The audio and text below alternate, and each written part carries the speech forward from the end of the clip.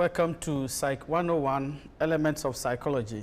This section will deal with ethical issues in human research. Ethical principles are needed to guide the work of psychologists, both as researchers and as professionals.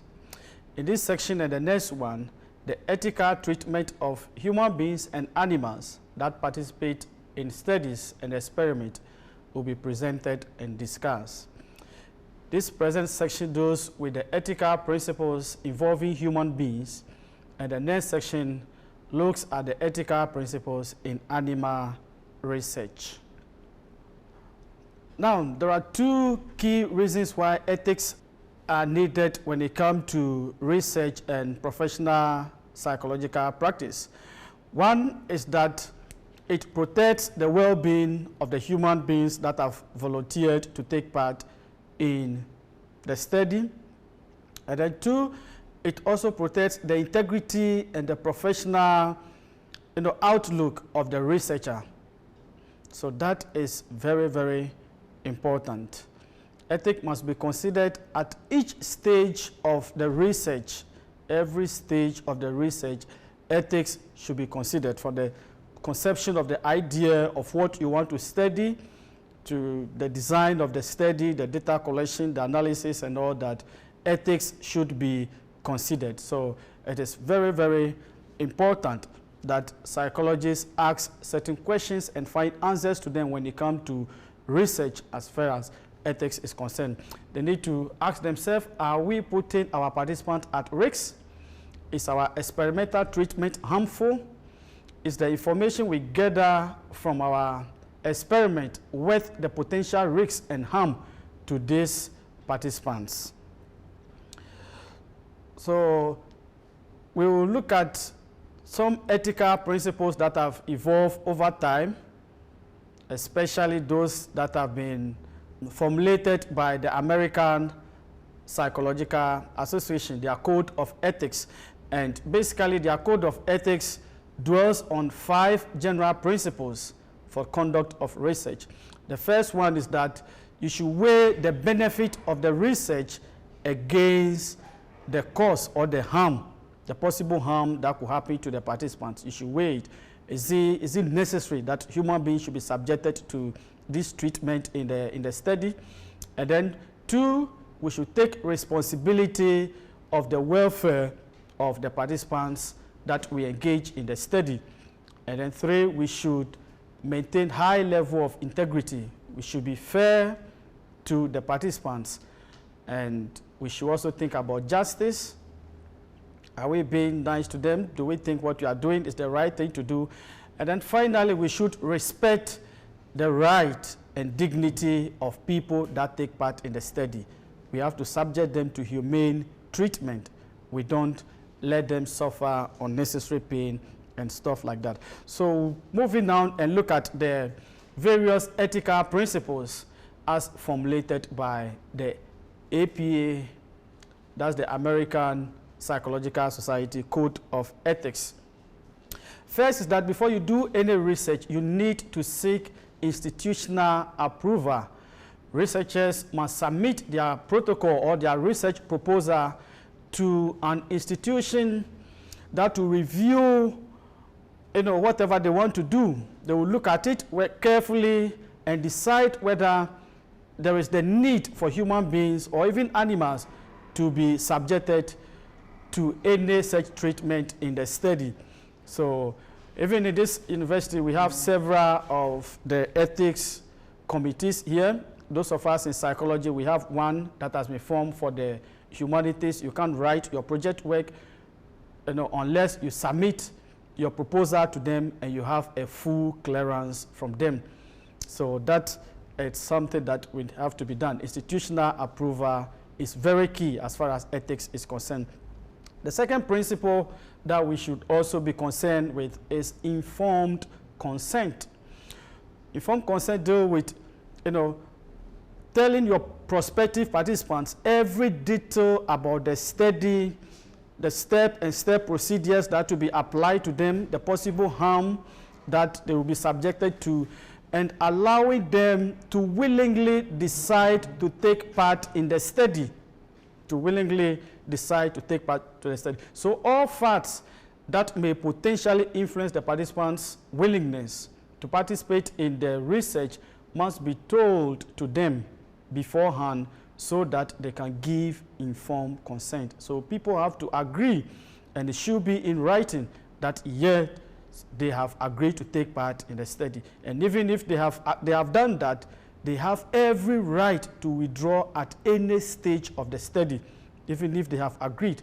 Even after the study, they have a right to tell you that, no, don't include whatever I have said in this study. I want you to destroy it. I want you to take mine out. That is their right. So informed consent is very, very key. And if you are dealing with people that are below 18 are not considered as full adults, so you need consent from their relevant, caregivers or legal representatives. So extra consent needs to be given if participants are to be recorded or their images and pictures are to be used. You need to do that, especially if you want to engage in this. The other issue when it comes to ethics that we should look at is the issue of confidentiality and anonymity. Confidentiality has to do with the practice of keeping strictly secret and private the information or whatever data that you obtain from your participants. You need to keep it very secret, and that is confidentiality. Whatever they tell you is between you and them. No other third party should be aware of it.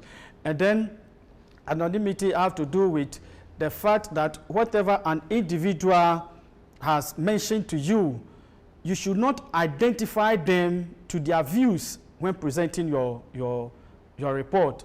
So anonymity is the practice of ensuring that an individual's name is not directly associated with the information or the measurements that you have obtained from those individuals. And this is very, very important. You don't go presenting your data, or when I talk to Mr. This, and this is what he said and all that. You don't. You have to take their names off. You can just give them some pseudonyms, Mr. A or participant B, participant this. You can give them some code names and things like that. So that is a serious ethical issue that have to be looked at. And then the other issue that APA is so much concerned about has to do with client-patient relationship, student-subordinate research participants. If you are a student and a lecturer wants to do a research with the students, sometimes the students feel that if they don't take part in the study, the lecturer will victimize them. Sometimes a clinical psychologist wants to do a research on the patients. The patients feel that if they don't take part in it, they will not be treated fairly. So we have to be very careful when we are dealing with a research with people that we know them and people that are vulnerable, that cannot say no to us. We have to be very, very careful. They may feel that taking part in the research or the study is a sort of requirement on their part, but the fact that they've come to you. So we should be very careful. We should not force them to take part in the study. They have their right to say yes or to say no in the study. Another thing when it comes to research has to do with offering inducements for research participants. APA's stand is that nobody should be paid for taking part in the study. Financial inducements, should not be encouraged at all. Should not be encouraged at all. We should not be paying people because they want to take part in the study. We also saw what happened, somewhere last year when they were trying to do the Ebola trial in the Volta region. Because they were giving people very nice mobile phone and 200 Ghana, people were willing to do it. But that is a very dangerous thing. So monetary inducement should not be encouraged at all when it comes to research. It's not ethical to do that.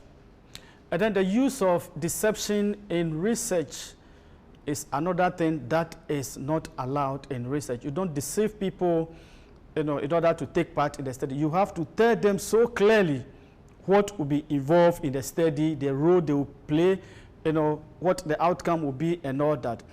When it becomes necessary, very, very necessary to use some form of deception Perhaps where if you tell people the real intention of the research, they will tend to give you answers that you want.